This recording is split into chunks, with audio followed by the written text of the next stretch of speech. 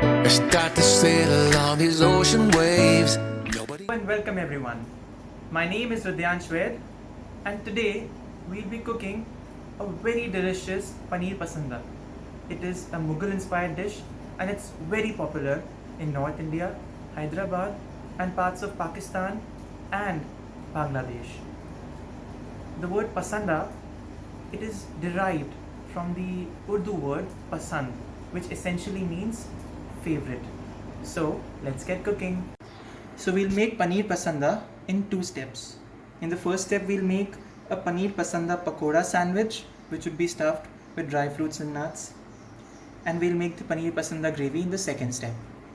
So for the first step, we require about 300 grams of paneer.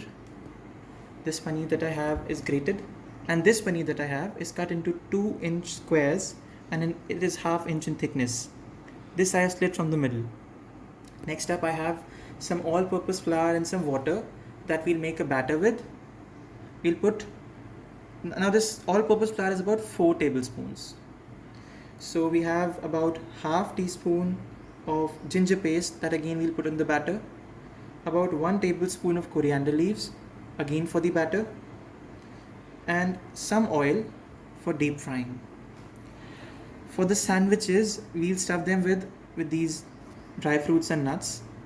So I have about 4 each of almonds and cashew nuts, about 8 of these pistachios, and about 6 of these raisins. I have a couple of tissue papers to drain the excess liquid or the excess oil. Now for the gravy, the Paneer Pasanda gravy, we require a puree or a paste of 4 medium tomatoes and 2 green chilies. I have about 200 ml of fresh cream, about 2 tablespoons of refined oil, some coriander leaves I have, out of which I will use about 2 tablespoons. Out of this ginger paste, we'll use about 1 teaspoon for the gravy.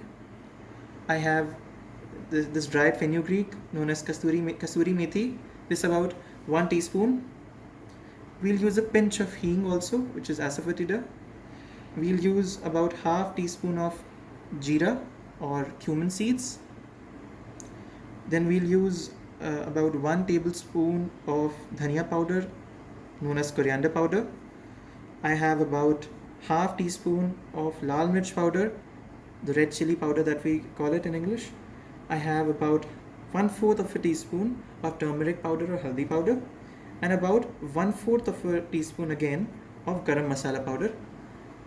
And we'll also put some salt to taste in the gravy. Now we have this perforated spoon that we'll use to drain to fish out the pakoras from the oil.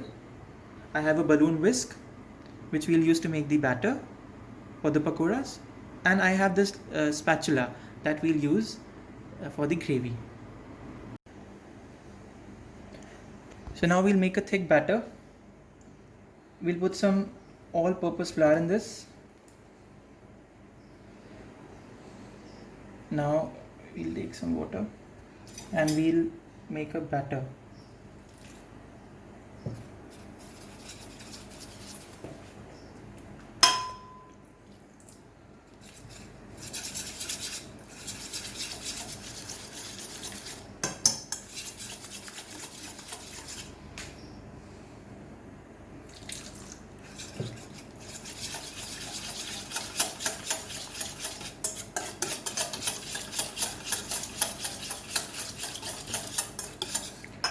Let's season it up with some salt.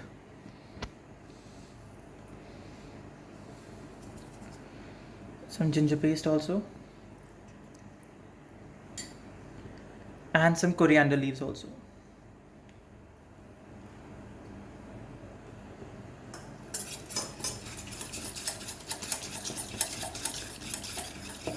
So now our batter is ready. So now I'll show you how to do the stuffing. This I have a mixture of those dry fruits and nuts with the grated paneer and some ginger paste in it, and I've also seasoned it lightly. Now we'll take this piece of paneer and look for where the slit is here. Now we'll put this stuffing.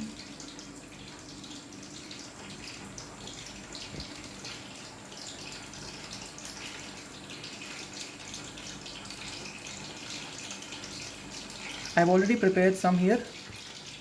Now this is ready to coat in the batter and deep fry until golden brown. So now we'll check whether the oil is hot or not.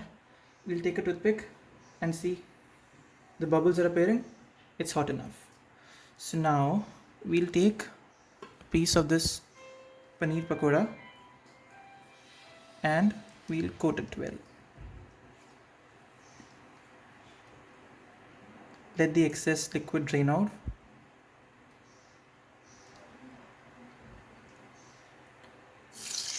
Now let's fry it.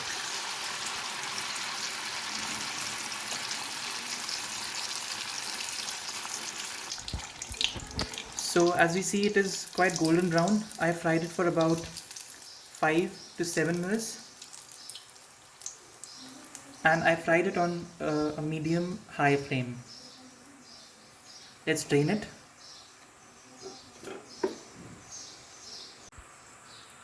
So I had already fried all of these. So now let's make the gravy.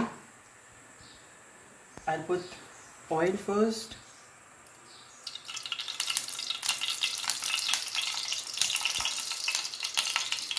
There must have been some moisture in there.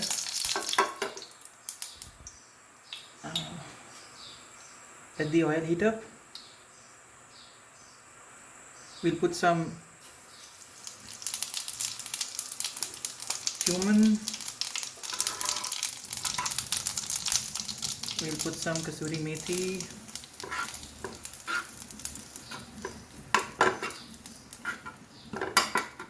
We'll add just a pinch of this asafoetida. Now we'll add dhania powder to it. I think the oil is a little less, so maybe I'll put a bit of oil in there.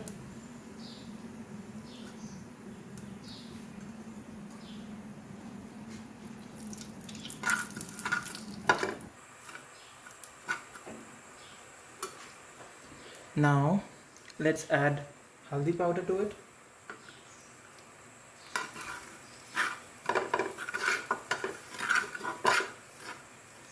And this tomato, and seems it was too hot.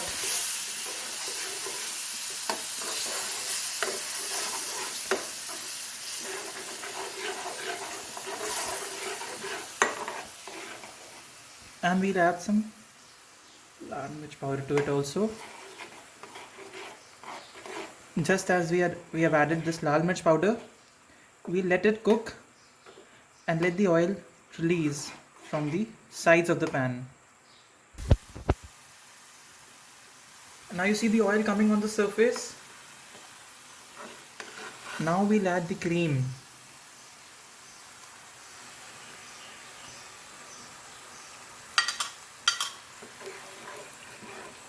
And we'll cook it well.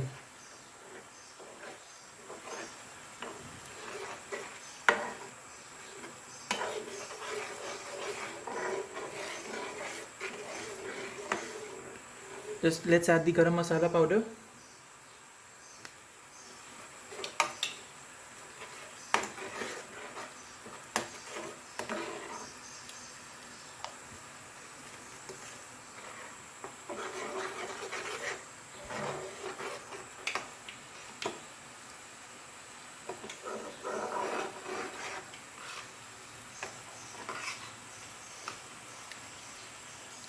Let's add these.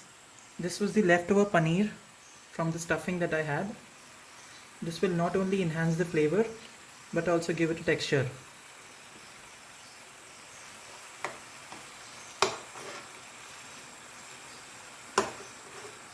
It is also helping in the thickening of this beautiful pasanda curry. Look at it. I wish you were here. It smells fabulous.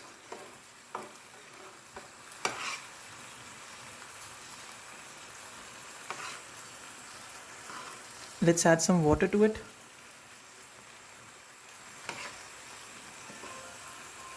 Some more.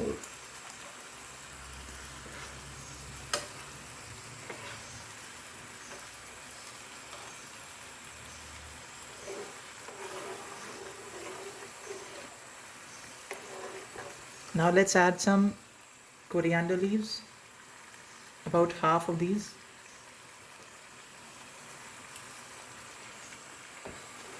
There were some stems of coriander also, which would definitely impart a beautiful flavor to this curry. Let's season it. I'm putting a little salt to taste. Next. Now let's reduce it again. Let it cook well.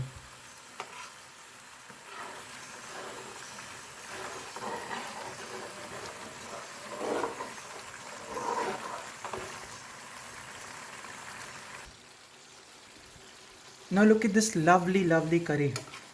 Looks so beautiful to me. I will just give it a taste and check for seasoning. It's perfect. I think the curry is cooked enough. Lovely. Now let's move on to the plating. Okay, now let's do the plating. I will take this piece of pakoda here, and then I will take another piece of pakoda. Maybe we can put it this way, and then we'll pour the gravy over it, around it.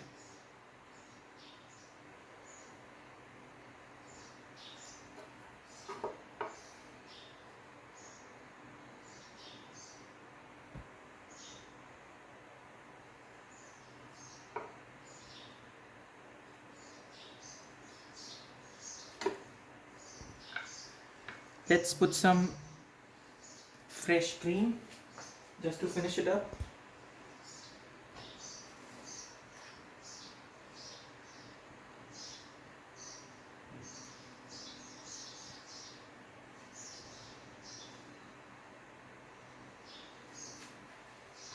And let's garnish it with few coriander leaves.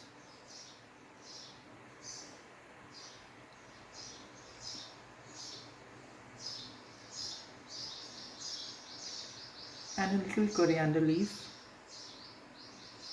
for the rice also.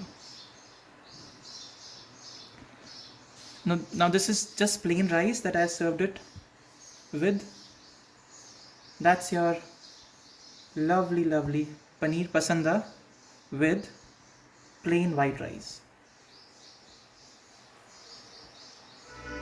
I start to sail along these ocean waves.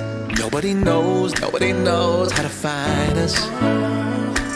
It's turning out to be a perfect day.